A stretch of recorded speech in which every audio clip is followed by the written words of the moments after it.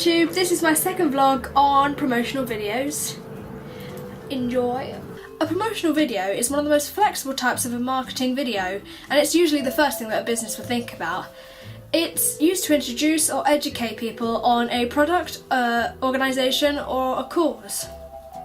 Some common codes and conventions are the following.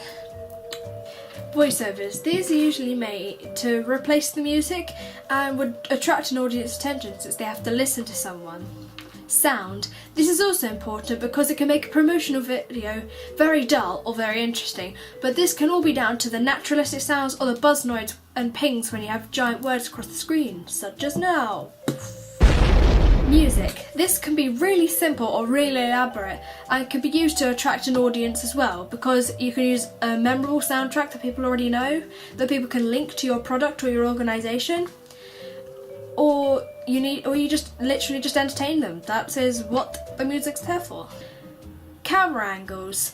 This is also something that could keep a video interesting because it gives the audience a new perspective, such as a high angle or a low angle, or just keeping it mid like I've got it now. Camera motion. Is the motion fast, medium or slow? Depending on the type of promotional video you're doing, this would need to be taken into consideration. However, many of them are usually slow and smooth because this makes editing, for the editor obviously, like moi, much easier. Finally, the company logo. Many promotional videos show their company logo either at the beginning or the end, but mainly the end because this means it's more memorable for the audience. This promotes the video, can make the company more popular as their logo may already be well known, or maybe not, and this is just the stepping platform to send them off. But whatever the audience sees, they have to like it, so they'll remember. Just like this video I'm making now, it's kind of how a promotional video would work. The equipment, including a camera, what I am filming with, and usually a tripod, or maybe not a tripod, maybe you're going to have someone film you. That is completely your choice. But it's only that simple, just you talking to a camera about what you've got. Unless you're going all fancy-wancy, then you might need a tracking thing or God knows what. Then what you do is you talk to a camera, again, what I'm doing now, talking, and you would talk about things like job training, your product, what your company does, etc, etc. When a presenter would talk to a camera, some people feel standing up is easier. I don't. I personally like sitting down. I think it's a lot more casual, but some people like standing up because it means they can be freely representing themselves with their body, like, yeah. But I guess doing it feels nice. Then they would either look into the lens, so dead straight on, like creepily, not blinking their eyes, or they'll look off to the side like they're talking to someone in an interview. I think that's a bit of a stupid idea, so I like talking to the camera. And like everything, there is obviously going to be legal and ethical issues bound to it, such as privacy, libel, copyrights, laws related to race, disability and obscenity. I'm going to explain these all to you now. Privacy. This is the law that protects the privacy of an individual person. So to combat this, you wouldn't film the person that didn't want to be filmed, such as if you went to a non-public place like a shopping mall.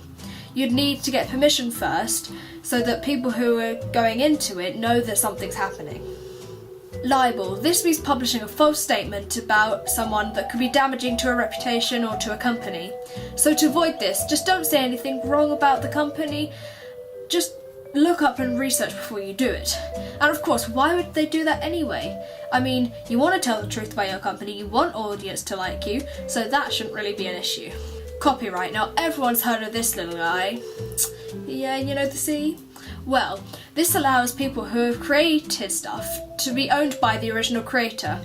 So if this is broken, they would slowly lose the rights to their own work, which is unfair. So, for promotional videos, use everything that belongs to your company, and if you need to use something else, always ask for the permission by the person who originally created it. Obscenity. This is the act that can stop people from potentially using offensive content, such as murder and sex. So to combat this, if your video contains something obscene in it, put a rating on it or warn someone at the beginning. But if you're using that in your promotional video, I am pretty worried. But these are only some. Finally, just as any production for a video, you need the pre-production to be considered, so that you know your final video is going to be perfect. To get to the final video, you need an idea, and then you need development of that idea, so you have loads. Then out of that, you pick the 3, just like we did in the brief vlog. You know, the other one I did. Yeah, basically. Once you've picked that final idea, then you need to start writing a basic script. But it has to be simple, because you don't want to have to keep looking back and forth between it. Unfortunately, that's what I'm doing now, because I'm not so good at this. But that's okay. This can all link back to the brief that I answered in July, which I was talking about in my first vlog. We answered a brief for Barclays because Barclays is a large corporate company. We obviously made a corporate and promotional video. Yay! So like that, you can see the ways I've created it in my previous vlog, but I'll also leave a link in the description. Once again, I hope you've learned something from this video. I know I'm not the most exciting person in the world, but I gave you all the information I knew. So that's goodbye for now. See you people.